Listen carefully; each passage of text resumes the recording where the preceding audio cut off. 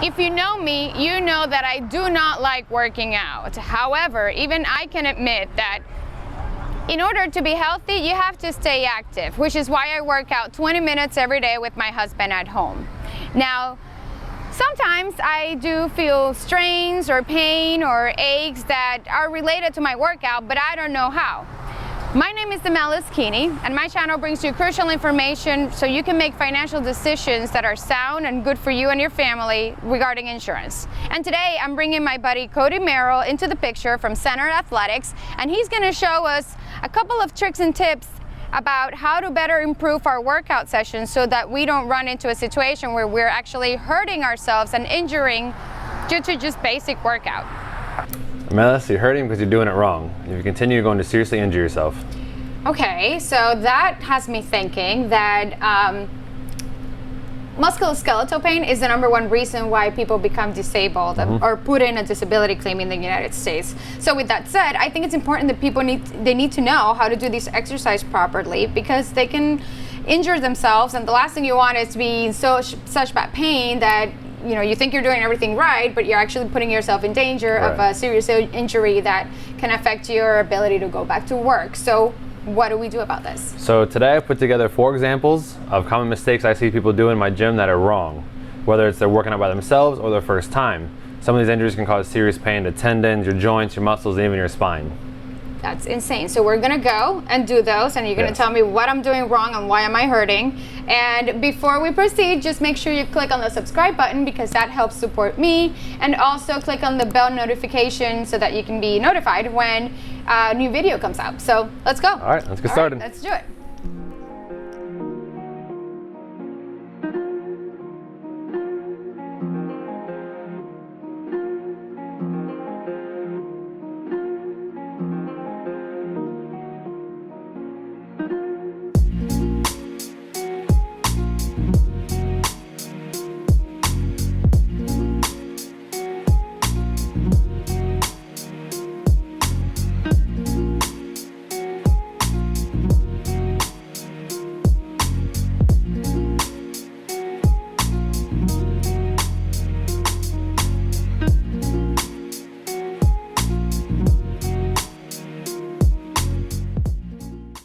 Now, before we continue, be sure to subscribe to my channel and also click on the bell button so you can be notified when my next video comes up. Now, I'm going to start with #4 because I actually love doing these exercises.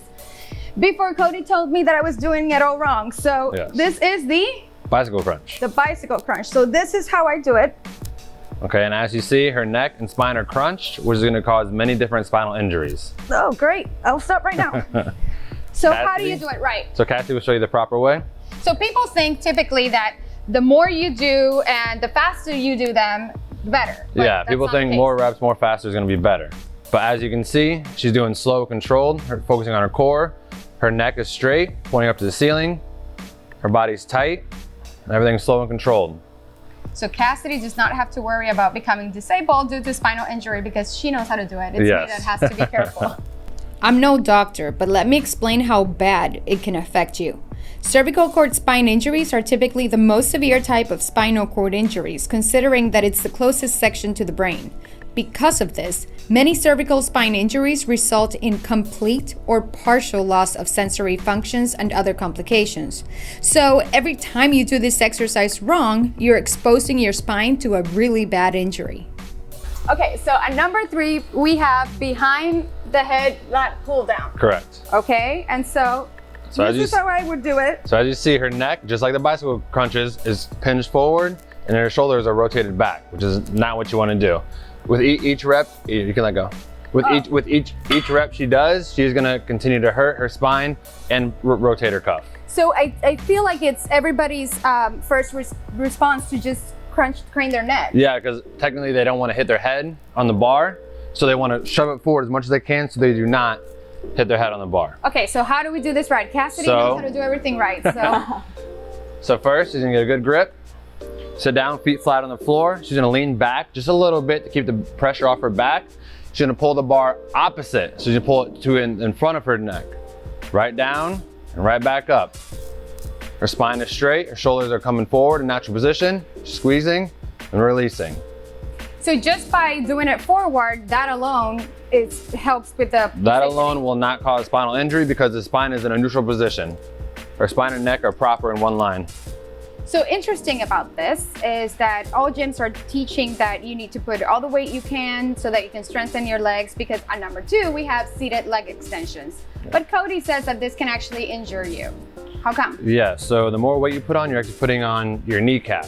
When you raise your knee up, all the weight is sitting on that joint, which is gonna cause mainly any knee injury is gonna due to prolonged physical therapy or need surgery to repair. So that's gonna be devastating if you're a realtor. You're gonna be able to walk around and show your houses or anything like that. And will cause you to miss work because, well, you can't work with a knee injury if you need to walk around for work. All right, so then how is the proper way of doing this? So the proper way is you wanna get yourself seated, toes pointed up, focus on the weight light, and focus on the mind muscle connection to your quad. As you raise, you wanna squeeze your quad. Keep the weight light so there's not much weight on your knee joint. And release back down. As you rest, let's come back up. And again, that mind muscle connection to your quad. So it's not that you're not really working out, it's just that if you do it wrong or you put too much weight, it can actually hurt your knees. So yes. The more weight doesn't mean you're working anymore, it's just you're putting a strain. Yeah, tendons are very, very vital. So you rather put all the weight and focus on just your quadriceps.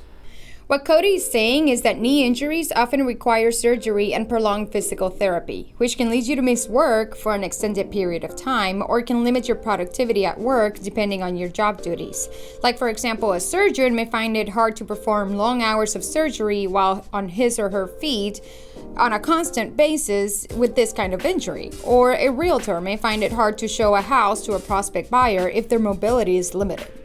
So before we continue with number 1, be sure to go in the comments section and give us any feedback, or if you have any questions about any exercises that you may be doing at home that are causing some pain, let us know and Cody will be answering them. But also, if you tried any of these exercises that we discussed today, and let us know how you did and put it in the comment section as well. So we're down to number 1. So number 1 is squats. So Emmelis will show us how she squats at home or at the gym. When I exercise at home with my husband, this is how I squat.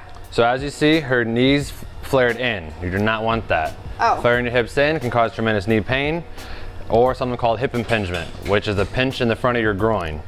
There's an estimated 100,000 ACL tears every year in just the United States alone, just from improper squatting. So it's crazy because I didn't realize the squatting wrong can actually affect all parts of your body, your knees, your back, your neck, your shoulders. Squatting is a full body movement. Okay, so that's why is it considered a cardio movement or is it considered strength? Mainly strength, but again, you're still activating, cardiovascular is activating, so cardio too. Okay, so to prevent you from missing time from work due to bad squatting injuries, Cassidy, how do we do this right? So first she'll show us with no bar, facing forward.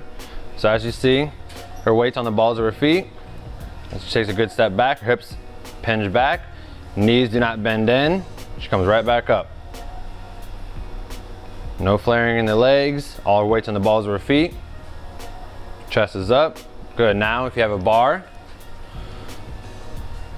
she'll step under it, align the middle of the bar with her spine. She picks it up, steps back. Again, weights in the balls of her feet, back straight, chest is up, she throws her hips back, knees do not flare in, come straight back up. Now, did you say 100,000 ACL tears in just the United States alone? That's on insane. Average. And just imagine all the other average people out there that are not necessarily athletes and that are getting hurt too. Exactly, and that's only ACL tears. That's not causing a herniated disc or rotator cuff or ankle being rolled. It's only ACL tears. Cassidy, you can put it down. So there you have it. 4 workout mistakes that you may be making and not know about it, and involuntarily causing yourself some future injuries that can cause you to miss some time at work. So thanks for watching.